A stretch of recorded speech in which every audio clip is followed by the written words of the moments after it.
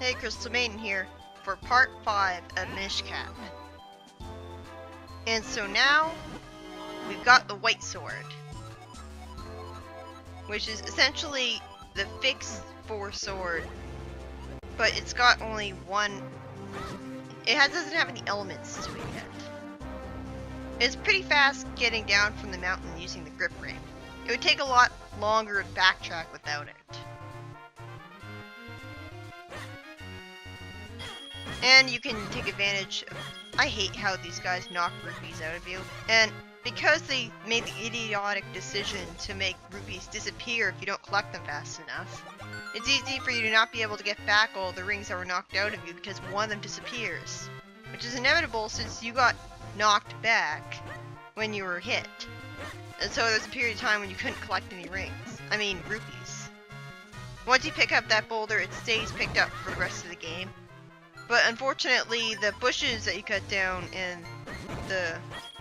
how do you describe these things? The wooden things. They don't stay destroyed. Although the boulders that you just destroyed there do stay destroyed for the rest of the game. It's convenient that you don't have to re-destroy the boulders. Because that would be a waste of a bomb if you constantly had to do that. So now you've got to infuse the white sword with the 2 elements you found. There could have very easily been more upgrades to the 4th sword. Like they could have had you upgrade it with the first element you got, and then upgrade it with the second. So I'm glad that they had less upgrades than normal, because it would have padded things out a little, having to come here another time. I love the atmosphere of this place. Like, I love the music that plays when you come into here. And I love the slow build up to it and the exact instrumentation of it. It's probably one of those songs that would not sound good not being on a GBA. Because there's lots of GBA songs that don't translate well to a modern remix. So now we come... yeah, unfortunately you can't skip this.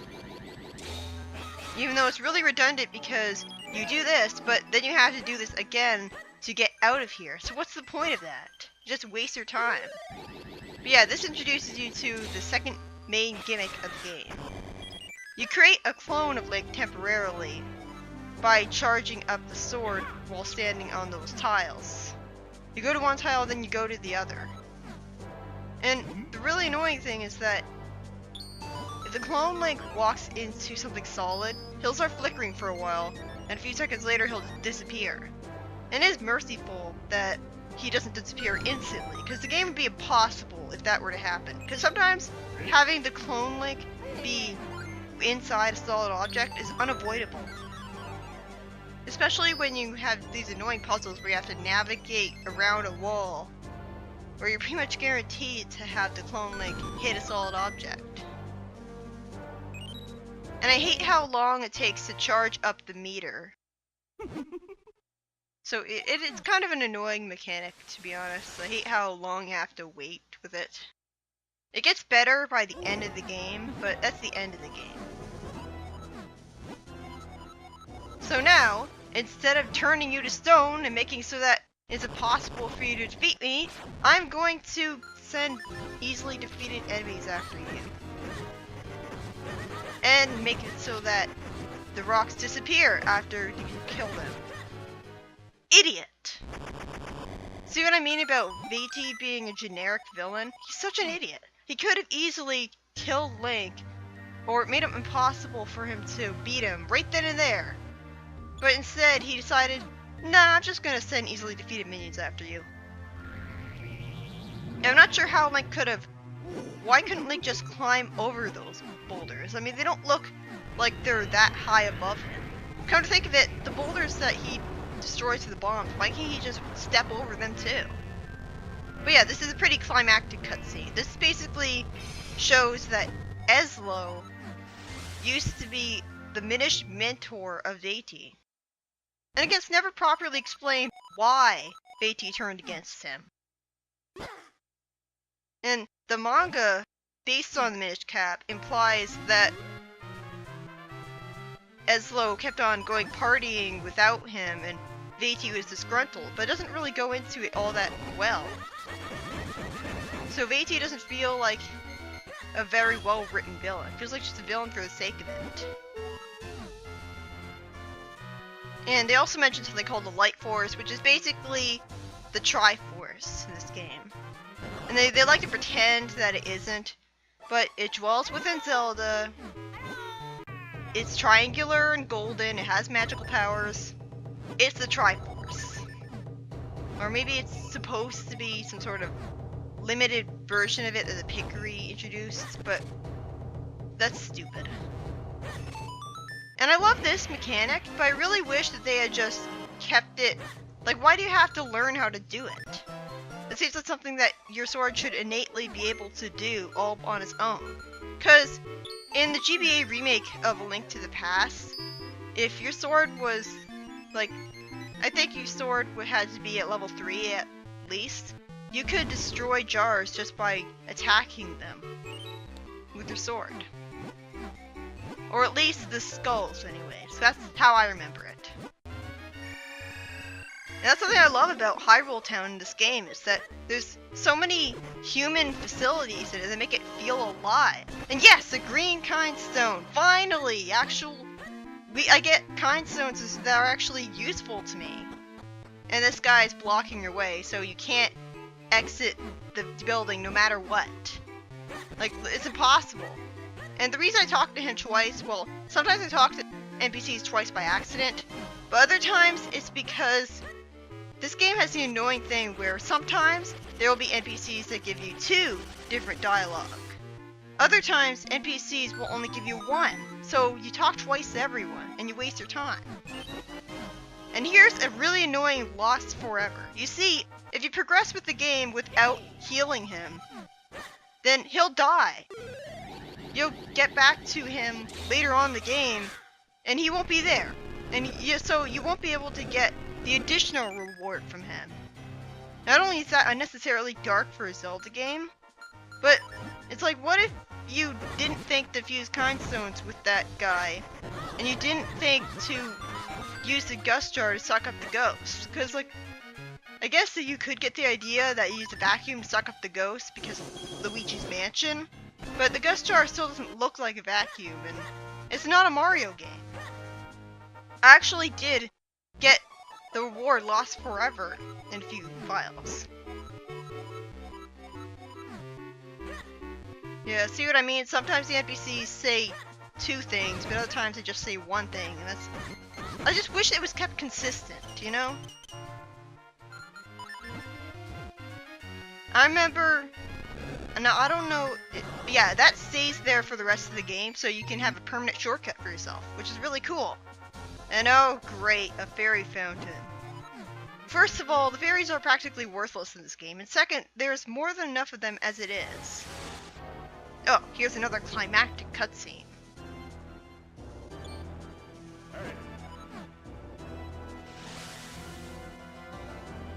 Okay, if Veidt wanted to warp right in front of the king, why didn't he just do that from the very first moment he teleported into the castle?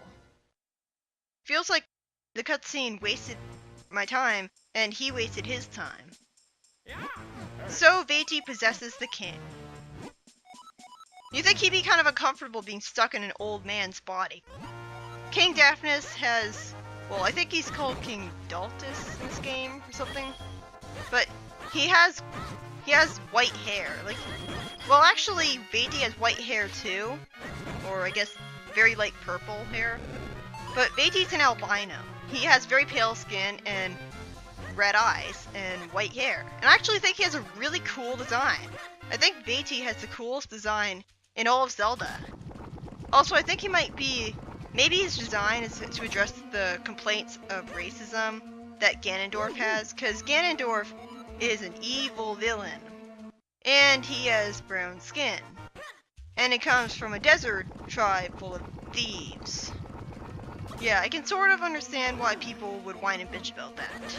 I mean, obviously, they weren't intending to be racist, but I can sort of understand why they have an albino build to try to counteract those complaints. And this is why you want to use the gust jar to suck up all the dust here. It unlocks Picolite. You put in your bottle and you drink it, and for a temporary amount of time, you can cut grass or kill enemies, and make it guaranteed that they'll drop certain things, depending on which Picolite you drink. And they're all 200 rupees, which can be kind of overpriced for some of them. I mean, why would you ever buy the heart Picolite? Like, why would you ever buy the red one? I mean, usually, the only way you can truly take advantage of the Picolite is to do it in one specific area of the game. The area that's completely filled with grass, where Percy the poet is living in the tree. And you destroy the grass, and I'll actually show off a really effective way to destroy the grass, but you can't do that until later in the game. So my point is that you can't really take advantage of the Picolite except in one area of the game. So if you want to restore a bunch of hearts really quickly, it's better to just buy a potion and use it. And you think that the green Picolite would restore your magic, but because thankfully there's no magic meter in this game, instead it does something else. I think it gives you more bombs. And you can unlock more Picolite as the game progresses, which is really cool. I love that. Also, the shopkeeper who sells Picolite is Beetle. He's obviously a Wind Waker reference. And the kid with the unnecessarily gross snot hanging down from his nose, I hate that kid. He's a Wind Waker reference. I mean, he looks sorta different, but he's basically the same concept. And seriously, I don't really think that was necessary at all. Like, is that supposed to be some sort of lame 2-year-old humor? I don't really see how it's humorous, but I'm a girl, so I don't know. The difference is that if you pay the highest amount, then you'll get a red kind stone as a reward. And if you pay the medium amount, you'll sleep in the inn and get the blue kind stone as a reward. And if you buy the cheap room, then you'll get the green kind stone, which is the most valuable, because you're most likely to be struggling for a specific variety of the green kind stone, because the game throws so many blue and red kind stones at you. And if you get out of bed, then all of your hearts are restored, which is convenient. I'm not really sure what the point of Link waking up Eslo is, because all he does is ride around on his head all day, and occasionally make the occasional comedic quip. I mean, what's the point of picking him up and waking him up? So now we have a pretty cool side quest, although you can't really do anything at this point in the game because you don't have milk unlocked yet. The side quest is kind of annoying because it takes so long to go all the way to Minish Woods, Minish Village, especially at this point in the game. At some point you'll be able to warp almost straight to Minish Village, but you still have to go practically all the way to the opposite side of the village just to get to him. All of these great fairies want to test you in some way. So, obviously you want to say yes. And besides, even if she really did take all your rupees, Zelda games generally have you with nothing to spend money on anyway, so at this point in the game it wouldn't be that bad.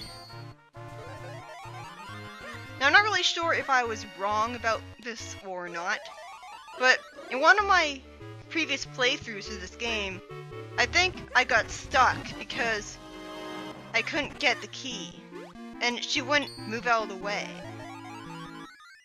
And like I couldn't get it so that she would be out of the way and her father would be there. Like, I don't know if I encountered a glitch or what. Tell me your name, Sunny. No? That's a great name.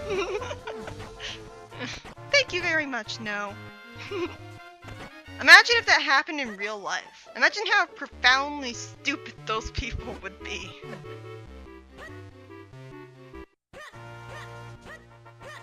think the reason that cow is in the house instead of out in the fields is because it's pregnant and they want to keep it inside.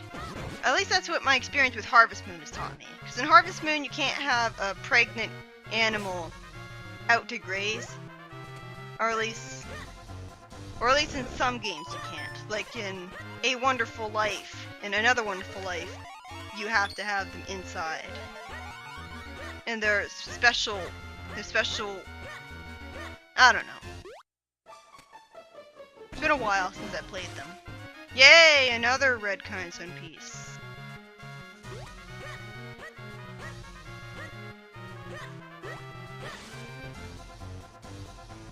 So, now you have to ride the tornado all the way past here. And the annoying thing is that when you have the flippers, the only way that you can emerge from a pool of deep water is to go towards the ladders. But there's a ladder on one side, but not on the other. So even if you have the flippers, that's a one-way water pit. You won't be able to swim north to get past it. Oh yeah, and the left tornado here doesn't exist in the European version, but it's still possible to get there. There's a lot of differences between this game and the European version of this game.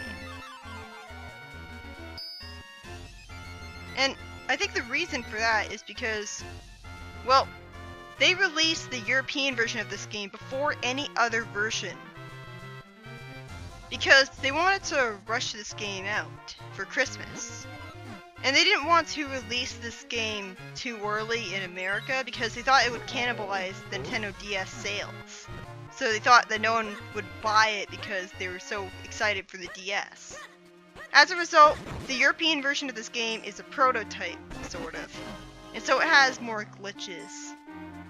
To the point where I feel sorry for people who bought the European version of this game. And I love Minish Woods. Like, a lot of people are probably going to be upset at this, but Minish Woods has my favorite forest theme in all of Zelda. I mean, I guess I like the Lost Woods theme in Link to the Past and Ocarina of Time. I think they have different themes, but that's my favorite forest theme ever. And I love this music.